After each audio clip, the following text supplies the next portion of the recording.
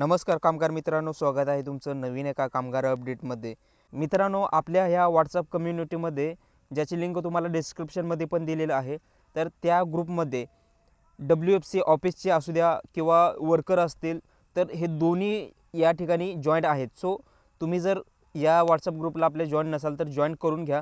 आता हा व्हिडिओ मला बनवायचा नव्हता पण मला बनवावा लागला, कारण भरपूर जे तालुका सुविधा केंद्रावरती जे कर्मचारी आहेत ते आपल्या व्हॉट्सअप ग्रुपमध्ये आहेत। सो त्यांच्यासाठी हा व्हिडिओ महत्त्वाचा राहणार आहे, खास त्यांच्यासाठी। आणि तुमच्याच अधिकाराचा हा विषय असल्या कारणाने तुम्ही बांधकाम कामगार असाल तर हा व्हिडिओ तुम्ही सुद्धा नक्की पाहून घ्या। तत्पूर्वी तुम्ही जर चॅनलवरती नवीन असाल तर चॅनलला सबस्क्राईब करा, कारण असेच महत्त्वपूर्ण अपडेट आणि जे काही GR असतील हे GR सुद्धा तुम्हाला या आपल्या चॅनलवरती हमेशा भेटत राहतात। 14 ऑगस्ट 2025ला एक शासन निर्णय आला आहे। याच्यामध्ये तुम्ही पाहू शकता की महाराष्ट्र कामगार कल्याणकारी जे मंडळ आहे, ह्या मंडळामध्ये जे कर्मचारी आहेत, मग आता हे WFC ऑफिस असतील तर तिथील असू द्या किंवा जे कामगार सुविधा केंद्र आहेत ते कामगार सुविधा केंद्रावरचे असू द्या, हा जो व्हिडिओ आहे तो व्यवस्थितपणे पाहून घ्या। कारण महाराष्ट्र कामगार कल्याणकारी मंडळ ह्या मंडळामध्ये जे कर्मचारी आहेत ह्यांची चौकशी होऊ शकते, त्यांच्यावरती खटलासुद्धा चालवला जाऊ शकतो। आता इथं तुम्ही पाहू शकता की GR मध्ये त्याने दिलेला आहे, चौकशी अथवा खटला हा दाखल करण्यास परवानगी तसेच शिस्तभंग ह्याविषयी कारवाई करण्याबाबतचा हा 14 ऑगस्ट 2025चा शासन निर्णय आहे। सो आपण पाहूयात ही शासन निर्णय काय आहे आणि कोणत्या शिस्तभंग आहेत। ह्या शिस्तभंग तुम्ही जर केल्या किंवा कोणत्या बाबी आहेत ज्या तुम्ही जर केल्या तर तुमच्यावरती चौकशी होऊ शकते, त्याचबरोबर तुमच्यावरती न्यायालयीन खटलासुद्धा चालवला जाऊ शकतो। सो या ठिकाणी तुम्ही पाहू शकता की जो काय शासन निर्णय आहे तो एकदम इन शॉर्टमध्ये दिलेला आहे। आता शासन निर्णयामध्ये तुम्ही पाहू शकता की संदर्भाधीन क्रमांक 2 येथील जे तारीख आहे ती 12/8/2024 ह्या ठिकाणी ह्या तारखेला एक शासन निर्णय आला होता।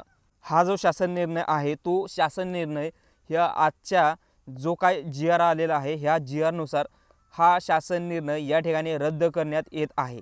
आणि महत्त्वाची गोष्ट काय तर म्हणजेच व्हिडिओचा जो क्रक्स आहे तो क्रक्स काय आहे तर महाराष्ट्र कामगार कल्याणकारी मंडळ या मंडळाकडे कर्मचारी जे पण कर्मचारी असतील किंवा जे पण मेन अधिकारी असतील कोणीही असू द्या, खालच्या लेवलपासून वरच्या लेवलपर्यंत जे पण कर्मचारी आहेत त्या सगळ्यांची चौकशी करण्यासाठी किंवा त्यांच्यावरती खटला दाखल करण्यासाठी तसेच शिस्तभंग असू द्या तर ह्याच्या संबंधित कारवाई करण्यासाठी या ठिकाणी जे महाराष्ट्र कामगार कल्याणकारी मंडळ आहे किंवा जे मंडळाचे उपायुक्त आहेत हे या ठिकाणी तुमच्यावरती, म्हणजेच तुम्ही जर ह्या मंडळामध्ये जर कर्मचारी असाल तर तुम्ही काही तर चूक केली असेल किंवा शिस्तभंग केली असेल, चुकीच्या पद्धतीने नोंदणी करून घेतली असेल किंवा एखाद्या संघटनेला तुम्ही लाच मागत असाल किंवा नोंदणी करण्यासाठी भांडे वितरण करण्यासाठी एखाद्या कामगारांकडे पैशाची मागणी करत असाल,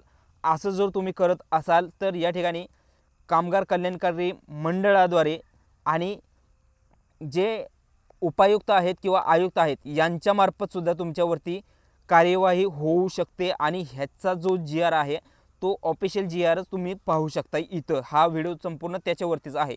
सो इथून पुढे जर तुम्ही तसे कर्मचारी असाल, जर तुम्ही पैशाची मागणी कोणाकडे करत असाल तर सावधगिरीने तुमचं काम करा। सावधगिरीने म्हणण्यापेक्षा मी हे सांगेल की हे जे तुम्ही बेकायदेशीर काम करताय ते पूर्णपणे बंद करा। हे जे मंडळ आहे हे मंडळच तुमच्यावरती या ठिकाणी ऑब्जेक्शन घेऊ शकतं आणि ते हे कायदेशीररित्या घेऊ शकतं। सो अशा पद्धतीने हा शासन निर्णय आहे आणि हे तुम्हाला आपल्या टेलिग्रामवरती हा GR सुद्धा सेंड केला जाईल। पण तुम्ही व्यवस्थितपणे समजून घ्या, तुम्ही जर फेक कामगार असाल तर तुम्ही कृपया करून नोंदणी करू नका।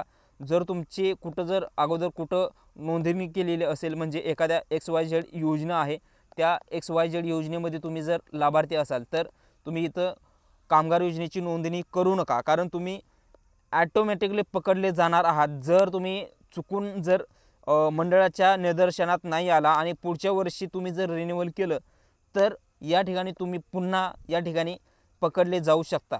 तर कसं असतं, कायद्याच्या पळवाटा पण असतात, पण कुठंपर्यंत तुम्ही पळणार, एक ना एक दिवशी तुमची या ठिकाणी चिरहरण होणारच आहे. सो ह्यासाठी तुम्ही कधीही ह्या चुकीच्या पद्धतीने जाऊ नका. आणि एवढं तुम्हाला प्रामाणिकपणे मी सांगूनसुद्धा तुम्ही जर कामगारांची फेक नोंदणी करून घेत असाल किंवा कोणी एजंट आहे, तर तुमच्यासाठी सुद्धा आणि फेक जे बांधकाम कामगार आहेत त्यांच्यासाठी सुद्धा हा व्हिडिओ महत्त्वाचा आहे, ज्यामध्ये संपूर्ण शासन निर्णय मी सांगितलेला आहे.